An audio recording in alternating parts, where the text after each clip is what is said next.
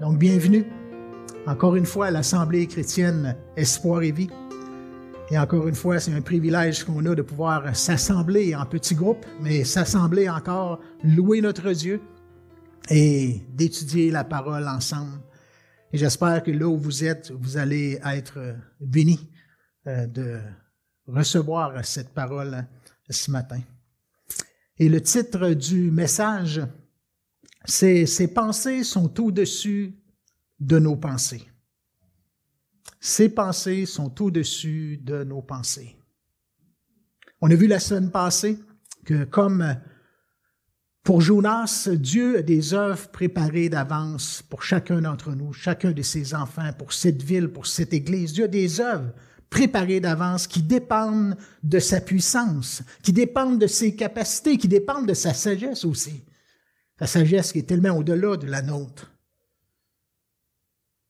Éphésiens chapitre 3, verset 20, l'apôtre Paul disait qu'il est celui qui peut, par la puissance qui agit en nous, faire infiniment au-delà de ce qu'on peut demander et penser. Celui qui peut faire par la puissance qui agit en nous. Il peut faire infiniment au-delà de ce que nous demandons ou pensons. On en pense des choses. On en demande des choses. Et l'apôtre Paul dit à lui soit la gloire dans l'Église en Jésus-Christ, dans toutes les générations, siècles des siècles. Il est grand, notre Dieu, à lui soit la gloire. À celui qui est au-dessus de tout. Et on l'a vu dans nos prières, on a besoin de voir Dieu qui est au-dessus de tout. D'avoir la foi qui est au-dessus de tout. Il y a des pensées, des raisonnements. On a besoin d'avoir des pensées, des raisonnements qui vont au-delà de ce que humainement on est capable de penser, raisonner. Il est au-dessus de tout pensée, de tout raisonnement humain. Dans Ésaïe, chapitre 55, Dieu dit par la bouche du prophète Ésaïe que ses pensées ne sont pas nos pensées. Il dit que vos voix ne sont pas mes voix, dit l'Éternel. Autant les cieux sont élevés au-dessus de la terre, autant mes voix sont élevées au-dessus de vos voix et mes pensées au-dessus de vos pensées. On ne voit pas comme Dieu. On ne pense pas comme Dieu. Et on n'aime pas comme lui. On n'a pas compassion comme Dieu a compassion. Et tout ça, c'est au-dessus de ce qu'humainement on produit. Oui, Dieu est tout-puissant. Mais Dieu est plus qu'une puissance. Parfois, on voit Dieu comme une puissance à quelque part, qu'on invoque avec une formule particulière pour répondre à nos besoins. Des fois, les gens ont l'impression qu'ils prennent Dieu comme simplement pour une force, une boule de puissance à quelque part, et qui agit selon la formule qu'on prend, des fois dans le nom de Jésus. Mais Dieu est plus que puissant. Il est plus que... Oui, ses pensées sont au-delà de nos pensées, sa puissance au-delà de toutes nos capacités. Mais Dieu n'est pas simplement ça. Avant toute chose, Dieu est amour. Avant tout ça, Dieu est amour. Première épître de Jean, chapitre 4, au verset 8. Dieu est amour. Et c'est la raison première, on pourrait dire, pourquoi il pense pas comme nous. Il voit pas comme nous et ses voix sont au-dessus de nos voix parce qu'il est motivé par l'amour. Dieu est amour. Avant tout, Dieu est amour, c'est sa motivation. Pour tout ce que Dieu fait, c'est sa compassion qui est sa motivation pour la création, face à sa création, face à l'humanité. Et même sa motivation pour toi, pour moi, pour nos vies, pour son Église. Dieu ne pense pas comme nous. On le constate aussi lorsqu'on regarde l'histoire de Jonas, qu'on a regardé les dernières semaines, et la mission de Jonas envers Nénive. Dieu ne voyait pas la ville de Nénive comme Jonas pouvait la voir. Par chance, parce que Jonas l'aurait détruite, la ville. Dieu aimait ces gens-là de cette ville. Dieu avait compassion de ces gens-là, malgré leur mauvaise voie. Dieu les aimait. Jonas, lui, il les regardait de haut. Lui avait le mérite, lui, il le méritait. Il regardait de haut, il ne considérait pas ces gens comme Dieu les considérait. Même qu'il n'était pas content de l'intérêt de Dieu envers ces gens-là de Ninive. Ça nous dit dans le livre de Jonas au chapitre 4 au verset 1, lorsque Dieu a agi, a sauvé la ville, ça nous dit que ça a déplu fort à Jonas. Il en fut irrité ou, dans d'autres versions, était en colère. Et au verset 4, ça nous dit que l'Éternel répondit à Jonas, « Fais-tu bien de te mettre en colère? Fais-tu bien de ne pas être content que ces gens ont pu éviter le jugement, que j'ai pu leur faire bénéficier de ma miséricorde? C'est quoi ton problème, Jonas? » Bien sûr, on connaît l'histoire, on connaît un peu le cœur de Dieu, l'Esprit habite en nous, on a la parole de Dieu. Mais lorsqu'on regarde l'histoire de Jonas, peut-être que Dieu regardait Jonas et dit, « C'est quoi ton problème, Jonas? » Et quand on regarde l'histoire, on voit que Jonas venait de goûter au pardon de Dieu. Il venait de goûter au pardon de Dieu pour ses propres fautes. Dieu lui avait sauvé la vie, il avait eu compassion de Jonas. Il lui avait donné une nouvelle opportunité de faire sa volonté, de faire le bien. Mais Jonas avait une mauvaise conception de l'amour de Dieu. Et bien sûr, il avait une mauvaise conception de lui-même, des autres, face à ce problème-là. Comme s'il avait oublié que pas si longtemps, il était aussi perdu. Il était aussi désobéissant, il était aussi rebelle que ces gens-là de Ninive. Et qu'il avait besoin, lui aussi, autant de la miséricorde de Dieu, de l'intervention divine pour sa propre vie. On a des passages dans le livre de Jonas où Jonas priait Dieu et face à cette détresse, il criait à Dieu. Face à la mort dans Jonas, chapitre 2, verset 2, il dit « Dans ma détresse, j'ai crié à l'Éternel. Et l'Éternel m'a répondu. Oui, du cœur du séjour des morts, j'ai crié au secours et il m'a entendu. L'Éternel m'a entendu. » Au verset 7, ça nous dit « Quand je désespérais de conserver la vie, je me suis souvenu de toi, ô Éternel, et ma prière est montée jusqu'à toi, jusque dans ton temple saint. » Au verset 9, ça nous dit aussi « Mais moi, je t'offrirai un sacrifice en disant ma reconnaissance, et je m'acquitterai de mes vœux que j'ai formés. Car c'est de l'Éternel que vient la délivrance. Le salut vient de l'Éternel. » Et ça, c'était sa prière, ça, c'était ce qui sortait de sa bouche. On avait dit, on dirait que Jonas avait tout oublié ça. Comme s'il avait oublié sa prière dans la détresse. Il avait oublié la miséricorde de Dieu envers lui. Comment on peut oublier ça? C'est comme s'il avait oublié qu'il ne méritait rien. Que Dieu lui a fait grâce. Puis il ne réalisait pas non plus qu'il avait autant besoin de la miséricorde de Dieu que Ninive, que ces gens de mauvaise vie. Il avait autant besoin de la grâce de Dieu pour être sauvé. Jonas voyait Ninive de haut. C'est peut-être à cause de sa race, un prophète israélite. Lui était du peuple de Dieu, les autres ne l'étaient pas. Peut-être qu'il se voyait que son peuple était supérieur aux autres peuples. Peu importe comment, la raison. Mais il voyait que Ninive ne le méritait pas. Lui, il jugeait que Ninive ne le méritait pas autant que lui. Comme si Dieu devait le pardonner lui, mais pas les autres. Les gens de Ninive étaient des pécheurs, des gens de mauvaise vie. Puis pour lui, il ne méritait pas la grâce de Dieu, ni la bénédiction de Dieu. Tout un raisonnement. Toute une façon de voir, de penser, après avoir vécu ce qu'il a vécu. Et ça me faisait penser à l'histoire du fils prodigue. Vous vous souvenez de l'histoire du fils prodigue? Quand le fils prodigue est revenu à la maison après avoir gaspillé tout l'argent de son père, l'héritage, le temps aussi qui est tout gaspillé, qui n'était pas au service de son père, l'héritage, tout ce qu'il a dépensé, tout ce que son père avait mis entre ses mains. Il avait mené une mauvaise vie. Et ça nous dit que son frère, quand il est revenu, il était tout heureux de le voir, pas tout à fait. Il n'était pas content comme Jonas, que son père aime encore ce fils rebelle-là. Il n'était pas content de voir son père avoir de l'intérêt pour ce fils rebelle-là. Dans Luc 15, on voit la détresse aussi du fils prodigue. Un peu comme Jonas dans la baleine, mais lui, il était avec les pourceaux. Pas les mêmes animaux, mais ça devait se ressembler un peu. Dans Luc 15, ça nous dit que le fils prodigue est entré en lui-même.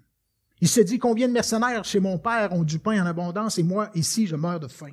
Je me lèverai, j'irai vers mon père et je lui dirai, mon père, j'ai péché contre le ciel et contre toi.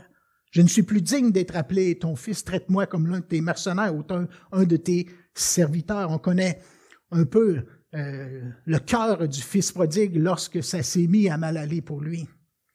Il y avait un cœur repentant, comme les gens de Ninive. Il se leva alors vers son père, et comme il était encore loin, son père le vit et fut ému de compassion. Ému de compassion, simplement de le voir revenir de loin. Il courut se jeter à son cou et le baisa. Ça, c'est l'amour du Père. L'amour d'un Père, mais l'amour du Père céleste envers nous, pécheurs. Le Père aimait ce Fils-là. Mais si ce Fils-là était venu pour lui redemander de l'argent, vous êtes-vous déjà posé la question? Il ne connaissait pas la motivation du Fils qui revenait. Et s'il était venu pour lui dire, j'ai plus d'argent, allonge les dollars encore, je suis convaincu que tu ne m'as pas tout donné ce qui me revenait. Vivait de n'importe quelle façon, là, arrive à la maison et dit, j'en veux encore. Ça aurait pu arriver. Est-ce qu'il n'y a pas des gens parfois qui vivent de n'importe quelle façon et aussitôt qu'ils ont besoin, crient à Dieu, j'en veux encore, j'ai besoin, bénis-moi, meilleur travail, je veux ceci, je veux cela. On pourrait reconnaître des gens au travers de ça, mais le Père l'aimait quand même. Peu importe sa motivation, lorsqu'il l'a vu arriver, il l'aimait. L'amour et la compassion du Père, peu importe la disposition de son cœur, aurait été la même. Peut-être que le Père aurait été déçu.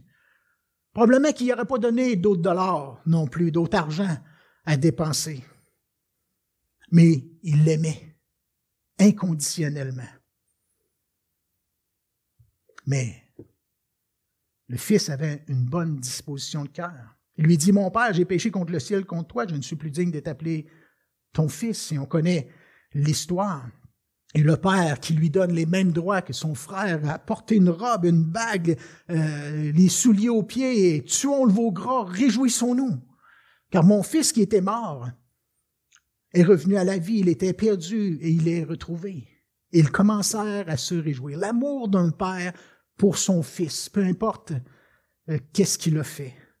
Et ça, c'est le cœur de Dieu envers le pécheur. C'est le cœur de Dieu envers Ninive. Même si Jonas ne le voyait pas. C'est le cœur de Dieu, le Père qui n'a jamais cessé d'aimer le Fils. Rien ne pouvait le séparer de l'amour de Dieu. Rien ne pouvait le séparer de l'amour de son Père, comme le pécheur, rien ne peut séparer de l'amour de Dieu. Dieu a tant aimé le monde qu'il a donné son Fils unique. Il a tant aimé le monde. Lorsque nous étions encore pécheurs, Christ est mort pour nous. Rien ne pouvait nous séparer de l'amour que le Père avait pour sa création, comme le Père du Fils prodigue. Ça, c'est le cœur de Dieu. Seulement le péché du Fils, son choix de vie, sa mauvaise vie, le séparait du fruit de son amour, de l'amour du Père, même s'il l'aimait encore. Ça le privait de tout ce que le Père avait pour lui. Et c'est seulement la repentance qui pouvait le faire bénéficier ou le faire avoir à nouveau les privilèges d'être dans la maison de son Père. Seulement la repentance. Seulement en revenant, en étant de retour. Pas pour en demander encore. En dire, Seigneur, je suis ton serviteur. Seigneur, je te demande pardon. Son frère, voyant, comme Jonas, celui-là revenir à la maison, son père qui avait de la joie, de la réjouissance de voir ce fils prodigue revenir, il avait de la compassion. Ce fils, ce frère-là, a été en colère comme Jonas. Il criait à l'injustice. Il était comme Jonas devant Ninive, frustré, choqué de voir la miséricorde du Père envers celui qui évaluait ne pas le mériter. C'est pas logique. C'est pas logique, ton amour, Père. Il ne mérite pas cet amour. Saisissez pas l'amour, la compassion du Père. Moi, je le mérite, mais pas lui. Moi, j'ai été fidèle, mais lui, il l'a pas été. Moi, j'ai eu une bonne vie. Lui, il ne mérite pas ton amour, mais moi, je le mérite. Je mérite de la reconnaissance, parce que moi, j'ai fait les bonnes choses. Moi, je mérite ta bénédiction plus que ceux ou celui qui a mené une mauvaise vie. Mais les pensées de Dieu ne sont pas nos pensées. Et les pensées de son Père n'étaient pas les pensées de ce frère-là qui était resté dans la maison. En Luc 15, on connaît l'histoire, verset 27. Le frère qui s'est demandé pourquoi ces réjouissances. Il y a un serviteur qui lui dit, mais ton frère qui était mort est revenu à la vie. Il est revenu en bonne santé. Le Père se réjouissait que le Fils soit revenu, comme Dieu se réjouissait que Ninive s'était repenti, était revenu et avait échappé au jugement.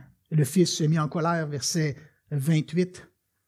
Et là, au verset 29, le raisonnement de l'autre, son raisonnement du frère qui est en colère. Il dit, voici, il y a tant d'années que je te sers sans avoir jamais transgressé tes ordres. Moi, j'ai fait tous ces efforts-là pendant toutes ces années. Et tu vas bénir celui qui n'a pas été fidèle, celui qui a mené une mauvaise vie. Il y a une certaine logique dans ça, humaine.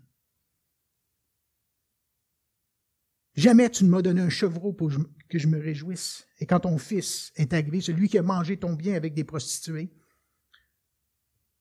tu as tout donné, ou tout redonné. Verset 31, mon enfant lui dit le Père, tu es toujours avec moi, et tout ce que j'ai est à toi. Mais il fallait bien s'égayer et se réjouir parce que ton frère que voici était mort et qu'il est revenu à la vie parce qu'il était perdu. Et il a été retrouvé. Ça, c'était les pensées du Père qui essayait de faire changer d'avis son frère, de le faire voir d'une autre façon. Je t'aime, mon fils, mais j'aime aussi celui qui était perdu. Je l'aime et je vais toujours l'aimer. Je veux autant le bénir. Mon désir est de bénir ce fils-là aussi. J'ai en réserve des bénédictions pour celui-là aussi. J'ai compassion de lui. Tout un père qu'on a, qui ne pense pas comme nous, bien souvent. Dans le livre de Jonas, chapitre 4, Dieu disait à Jonas, qui était frustré d'avoir perdu son ricin qui lui donnait de l'ombre lorsque le soleil plombait sur sa tête. Vous connaissez l'histoire. Et Dieu lui dit, tu t'en fais pour un ricin qui est poussé dans un jour, qui est mort. Il fait juste te priver de soleil. Tu voudrais que moi, je n'ai pas pitié de Ninive, de cette grande ville où vivent plus de 120 000 personnes qui ne savent distinguer le bien du mal. Mes pensées ne sont pas tes pensées, Jonas. Et mes voix ne sont pas tes voix, comme ce n'est pas les nôtres non plus. Jésus disait dans Luc 15, de même je vous le dis, il y a plus de joie, verset 7, dans le ciel pour un seul pécheur qui se repent que pour 99 justes qui n'ont pas besoin de repentance. Dieu ne pense pas comme nous. Luc 15, verset 10, de même je vous le dis, il y a de la joie devant les anges de Dieu pour un seul pécheur qui se repent.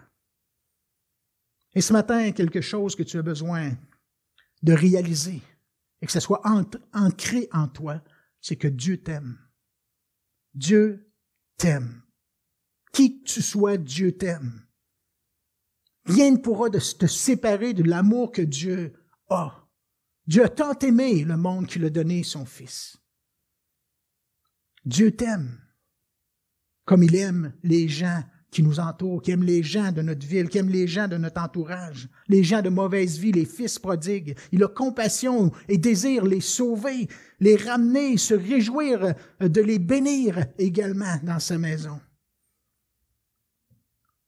Comme le fils prodigue avec tout ce qu'il y a dans la maison. Il use de patience afin que plusieurs soient sauvés, que plusieurs entendent le message des Jonas, comme on a parlé les autres semaines. Jésus aime les gens de cette ville, de notre famille, comme il nous aime, nous aussi. Il regarde les gens avec amour. Il regarde comme il regardait Nénive. Même cette ville.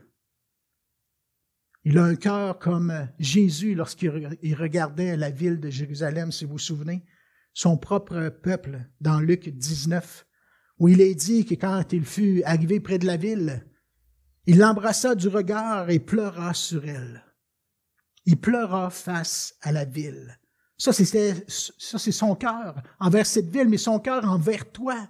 C'est son cœur envers cette église, envers cette ville aussi. Quand il fut arrivé près de la ville, il l'embrassa du regard et pleura sur elle. Et il dit, si seulement tu avais compris, si seulement tu comprenais peut-être aujourd'hui, toi aussi, au moins aujourd'hui, en ce jour qui t'est donné, de quoi dépend ton salut? Si tu avais connu ou reconnu, ou tu reconnaissais le chemin qui mène à ta paix. Et ça, c'est le cœur de Dieu vis-à-vis les gens. Si au moins tu connaissais ce chemin qui mène à ta paix ou qui mènerait à ta paix, pour bénéficier de l'amour de Dieu et tous les bienfaits qu'il y a près de lui. Hélas, à l'heure qu'il est, tout cela est caché à tes yeux. Et c'est la version de la parole vivante. Tu te prives des bienfaits de Dieu si tu demeures éloigné de lui. Dans Luc 13, verset 34, Jésus disait aussi combien de fois ai-je voulu te rassembler. Ai-je voulu rassembler tes enfants encore aujourd'hui, comment Dieu veut rassembler les gens qui sont loin de lui, envoie des prophètes que les gens rejettent souvent, nous envoie vers ces gens, des Jonas vers les gens qui ont besoin d'entendre le message de Jésus. Combien de fois ai-je voulu rassembler tes enfants ou t'amener à la maison, comme une poule rassemble sa couvée sous ses ailes, mais vous ne l'avez pas voulu, vous l'avez ignoré, mon appel, ou vous ne l'avez pas encore accepté. Les pensées de Dieu sont au-dessus de nos pensées. Comme Jonas avait des pensées éloignées de celles de Dieu. Comme on peut avoir des pensées éloignées de celles de Dieu lorsqu'on regarde quelqu'un de mauvaise vie, quelqu'un qui nous a blessés, quelqu'un qui fait du mal aux autres. En regardant la ville, en regardant bien des choses qui se passent dans le monde, on peut avoir des pensées différentes de celles de Dieu. Humainement, ils sont souvent différentes. On peut manquer de considération si on se compare un peu à Dieu. Nous, on le mérite, mais pas eux. On mérite l'amour de Dieu. Du moins, on en mérite plus. On en mérite plus. On a servi le Seigneur. On a marché dans ses voies. On est resté dans la maison de Dieu depuis les années que l'on œuvre pour le Seigneur. On le mérite plus. Une certaine logique dans ça. Mais on mérite rien de plus. Tout est une grâce. On peut avoir peu d'amour, de miséricorde envers les autres ou les gens de mauvaise vie.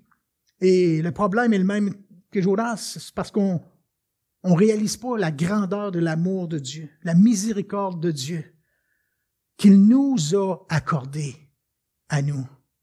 Et c'est pour ça on est influencé envers l'amour, la compassion qu'on peut avoir, la considération qu'on peut avoir face aux autres.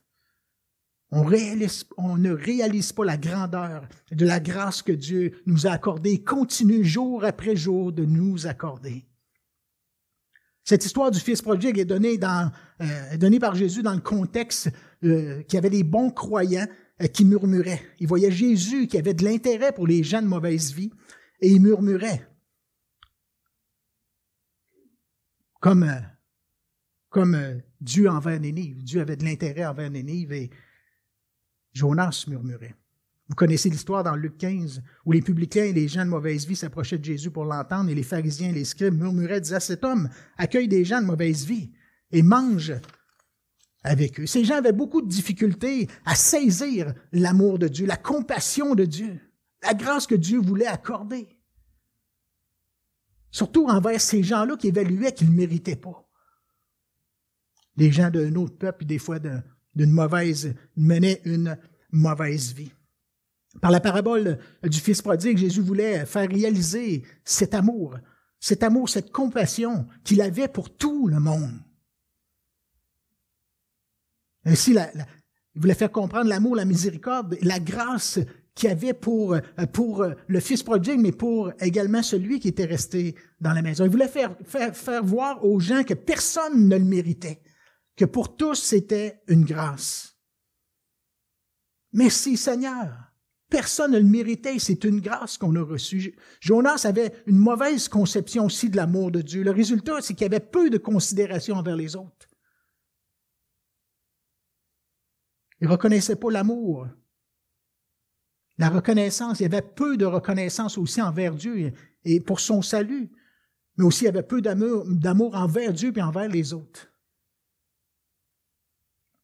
Dans Luc 7, ça nous raconte qu'un jour, un pharisien pria Jésus de manger avec lui. Jésus entra dans la maison du pharisien et se mit à table. Verset 36 et verset 37. Et voici une femme pécheresse, vous connaissez l'histoire, qui se trouvait dans la ville. Ayant su qu'il était à table dans la maison du pharisien, apporta un vase d'albâtre plein de parfums. Et cette femme se tint derrière aux pieds de Jésus et pleurait. Et bientôt, elle lui mouilla les pieds de ses larmes, puis les essuya avec ses cheveux, les baisa, les oignit de parfum. Le pharisien qui l'avait invité, voyant cela, dit en lui-même, si cet homme était un prophète, il connaîtrait qui et de quelle espèce est la femme qui le touche et connaîtrait que c'est une pécheresse. Mais Jésus la connaissait comme personne. Jésus connaissait l'état de son cœur et Jésus l'aimait comme personne. Jésus connaissait aussi les pensées de cet homme religieux qui se voyait au-dessus des autres et qui était loin de la pensée de Dieu. Ses pensées n'étaient pas celles de Dieu, celles de Jésus. Et Jésus prit la parole et il raconte l'histoire. J'ai quelque chose à te dire. Un créancier avait 2 débiteurs qui lui devaient de l'argent, un gros montant et un petit montant. Et comme les deux n'avaient pas de quoi payer, il leur remis à tous les deux leur dette. Là, il pose la question, lequel va l'aimer le plus? Et Simon répondit, celui, je pense, auquel il a remis le plus, le plus remis. Et Jésus lui dit, tu as bien jugé. C'est une bonne réponse. Il y avait des bons raisonnements, mais pas concernant la femme. Puis, se tournant vers la femme, il dit à Simon, vois-tu cette femme? Pourquoi il lui dit, vois-tu cette femme? Il la voyait, la femme. Il l'a critiquée, puis même en dedans de lui, il la jugeait. Il la voyait, la femme. Mais Jésus lui dit, regarde-la d'une autre façon maintenant. Vois ce qu'elle a fait, vois son cœur. Et là, il détaille ce que la femme a fait envers lui. Vois-tu cette femme? Comme Dieu avec Jonas. Regarde Nénive, a essayé de faire changer ses raisonnements face à Nénive, comme le père avec le frère du fils prodigue. Tu étais toujours dans ma maison et tout était à toi, essayer de faire changer la façon de voir son frère. Comme Jonas, Nénive et comme Jésus, cet homme Simon. Et nous aussi, Dieu veut qu'on puisse voir les choses différemment. Voir les choses avec son regard, son cœur. Vois cette femme. Je suis entré dans ta maison, tu m'as pas donné d'eau pour laver mes pieds, mais elle les a mouillés avec ses larmes et les a essuyés avec ses cheveux. Change ta vision de voir, de penser, de toi-même puis des autres. C'est ce que Jésus lui disait. Tu m'as point donné de baiser, mais elle, depuis que je suis entré, n'a point cessé de me baiser les pieds. Tu n'as point versé d'huile sur ma tête, mais elle en a versé du parfum sur mes pieds. Regarde différemment, Simon. Toi et les autres. Change ta vision. C'est pourquoi je te le dis, ses nombreux péchés ont été pardonnés car elle a beaucoup aimé. Mais celui à qui on pardonne peu, aime peu. Toute une leçon dans ce passage. L'amour de la femme était proportionnel à la considération du pardon de Dieu, du pardon de Jésus qu'elle avait reçu, en reconnaissance ou proportionnel avec la reconnaissance qu'elle avait de l'amour de Jésus. Sa conception de l'amour de Dieu, de la compassion de Jésus pour elle. Et sûrement que cette femme-là, par la suite, a été capable de voir les autres différemment que Simon. Ta conception de l'amour de Dieu, sa compassion a dû être différente que Simon pour les autres qui l'entouraient. Elle a sûrement été différente. Elle reconnaissait qu'elle ne méritait pas ce grand amour-là, mais elle l'a considéré au plus haut point.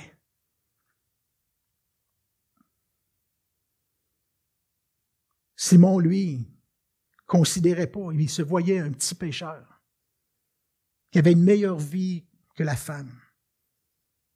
Lui, il méritait la bénédiction et le salut de Dieu. Il faisait partie du peuple de Dieu. Mais il ne réalisait pas qu'il avait autant besoin. Il était autant perdu que la femme. Il avait autant besoin de Jésus, du pardon de Jésus, de la miséricorde. Autant besoin de la grâce dans sa propre vie, la même grâce que Jésus avait donnée à cette femme. Dieu aimait cette femme autant qu'il aimait Simon. Mais Simon ne comprenait pas l'amour de Dieu. Ne le réalisait pas. Ses pensées n'étaient pas les pensées de Dieu. Il aimait peu Dieu parce qu'il n'avait pas besoin beaucoup de son pardon. Il n'y avait pas beaucoup de péchés dans sa vie. Il ne voyait pas l'importance du sacrifice de Jésus. Dans le fond, il avait besoin de peu à ses yeux. Il considérait aussi, comme Jonas, les autres. Il considérait les autres de la mauvaise façon. Il n'y avait pas les pensées de Dieu. Les autres ne le méritaient pas. La femme ne le méritait pas, comme le frère du fils prodigue. La parole vivante du verset 47 nous dit que dans ces conditions, Simon, crois-moi, ses nombreux péchés lui ont été pardonnés. C'est pour cela qu'elle m'a témoigné tant d'amour. Mais celui qui pense avoir peu de choses à se faire pardonner ne manifeste que peu d'amour. Envers Dieu et envers les autres, je suis convaincu aussi. Parce qu'une mauvaise conception aussi des autres et de lui-même. Mes pensées ne sont pas vos pensées. Vos voix ne sont pas mes voix. Oui, pour les actes de puissance, et c'est vrai que Dieu est puissant, il peut faire des choses au-delà même de ce qu'on peut imaginer, comme on l'a dit au début, ce qu'on peut penser. Par la puissance qui agit en nous. Les miracles. Mais ce passage-là s'applique aussi concernant l'amour, la compassion de Dieu. Les gens qui étaient à table avec Jésus ne réalisaient pas que devant Dieu, il était aussi coupable que la femme prostituée. Tous ont péché. Ils sont privés de la gloire de Dieu. Ils avaient tous autant besoin de la miséricorde de Dieu, de se repentir, de placer leur foi dans le sacrifice de Jésus. Et bien sûr, leur évaluation de leurs besoins de pardon, de la grâce de Dieu, influençait directement leur jugement, leur amour envers Dieu, envers les autres, leur motivation, leur reconnaissance, leur service, leur louange, leur consécration. Et ça faisait qu'ils regardaient les autres de haut, comme Jonas, comme le frère du fils prodigue.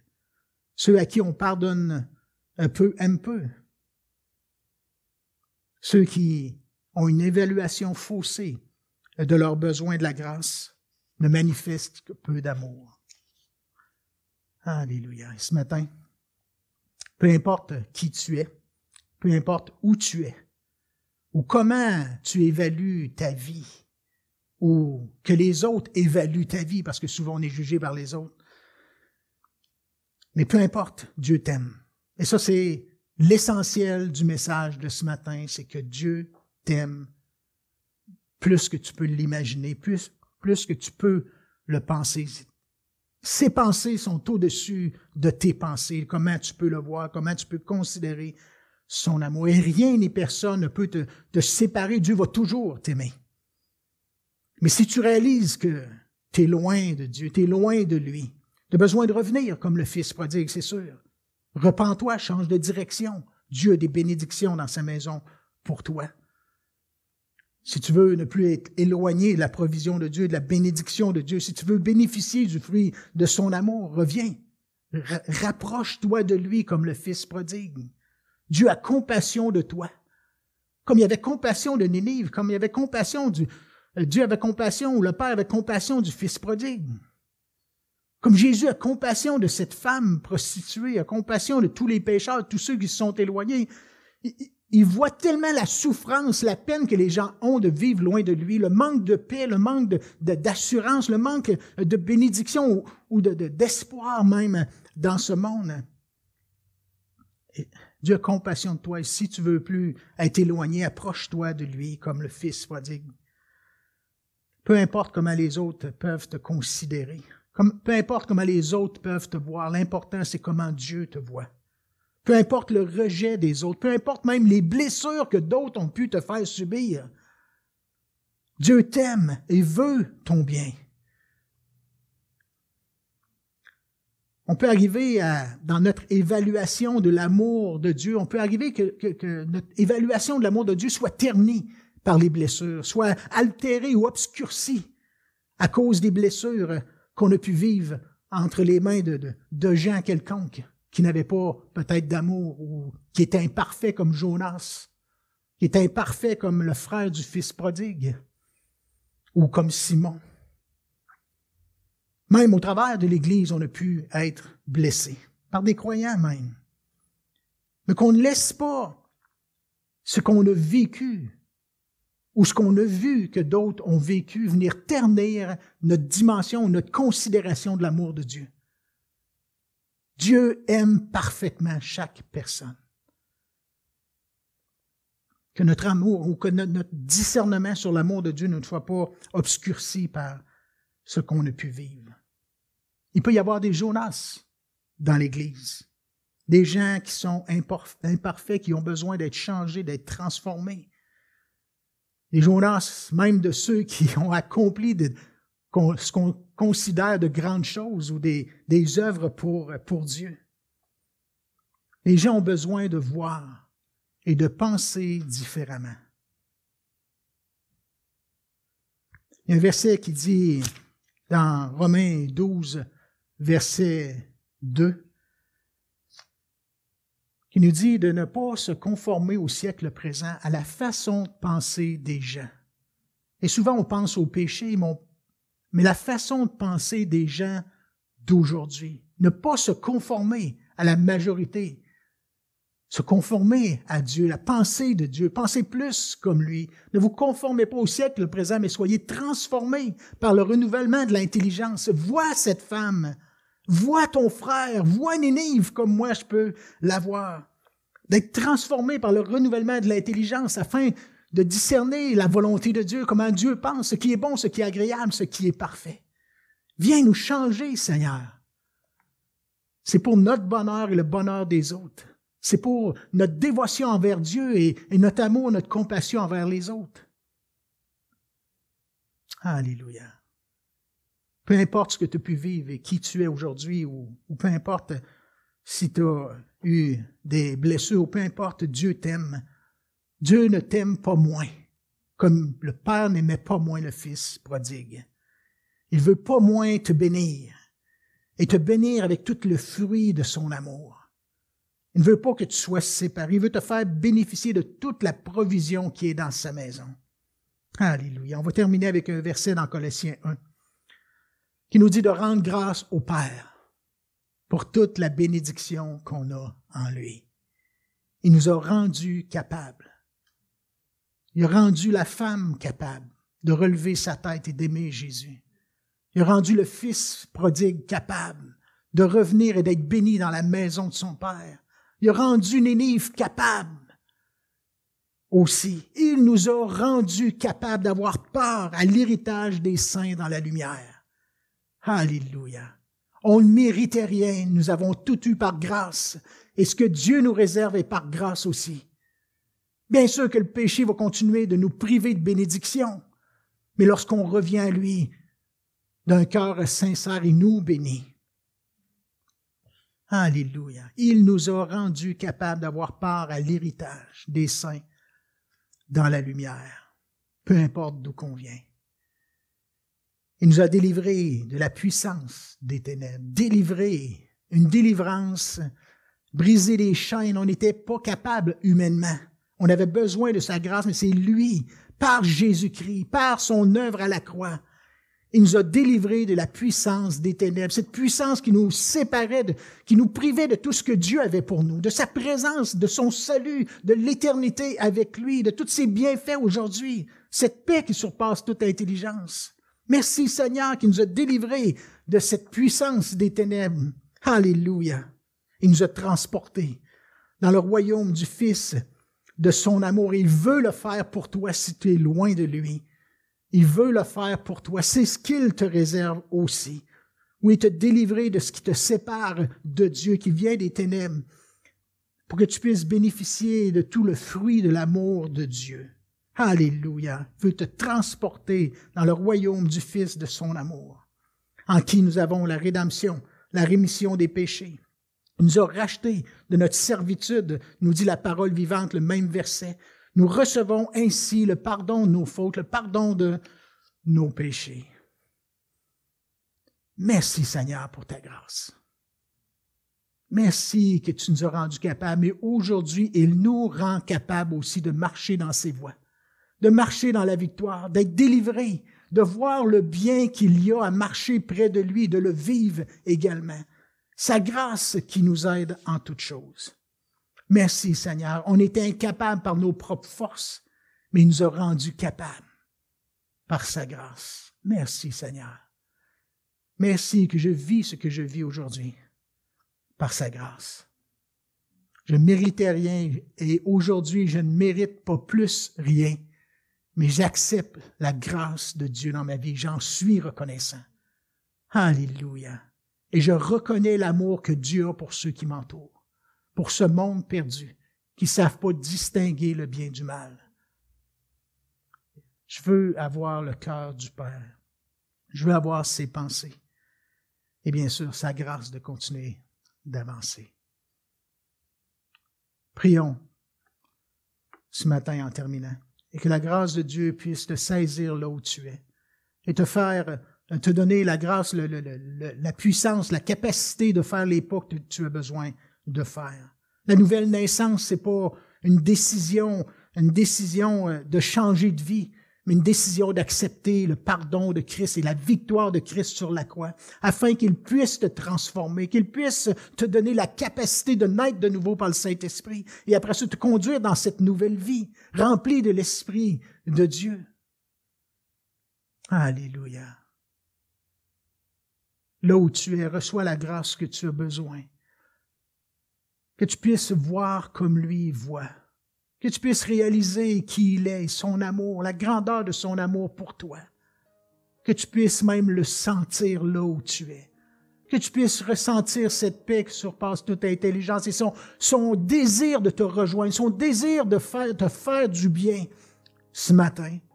Alléluia. Ô éternel Dieu Tout-Puissant, vois ceux qui souffrent, Seigneur. Vois ceux qui sont loin de toi.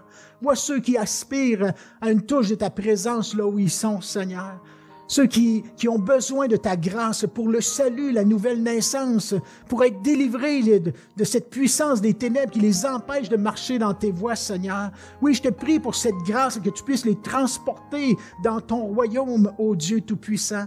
Alléluia. Oui, par ta grâce, viens, fais-le, Seigneur. Accueille ces fils prodigues et convainc ces fils prodigues de revenir, de s'approcher de toi. Alléluia, afin de recevoir, de ne plus être privé de la bénédiction qu'il y a près de toi. Père de gloire, bénis ces gens qui écoutent ce message, ô Dieu. Donne-leur une vision nouvelle des gens qui les entourent, d'eux-mêmes. Une vision nouvelle d'eux-mêmes et des gens qui les entourent, ô Dieu. Oh, Père de gloire, on a tellement besoin d'être renouvelés dans notre intelligence, Seigneur, et ne pas penser comme ce monde. Aide-nous par ton Saint-Esprit. Aide-nous par ta parole, ô Dieu, qui devient vivante, qui nous enseigne, qui nous transforme et qui nous aide à penser et à voir comme toi, ô Éternel. Bénis ton peuple, bénis tes enfants et attire à toi ceux qui sont éloignés, Père, dans le nom puissant de Jésus, je te prie. À toi soit la gloire. Ce matin, à toi soit la gloire. Merci, Seigneur. Merci, Seigneur. Alléluia.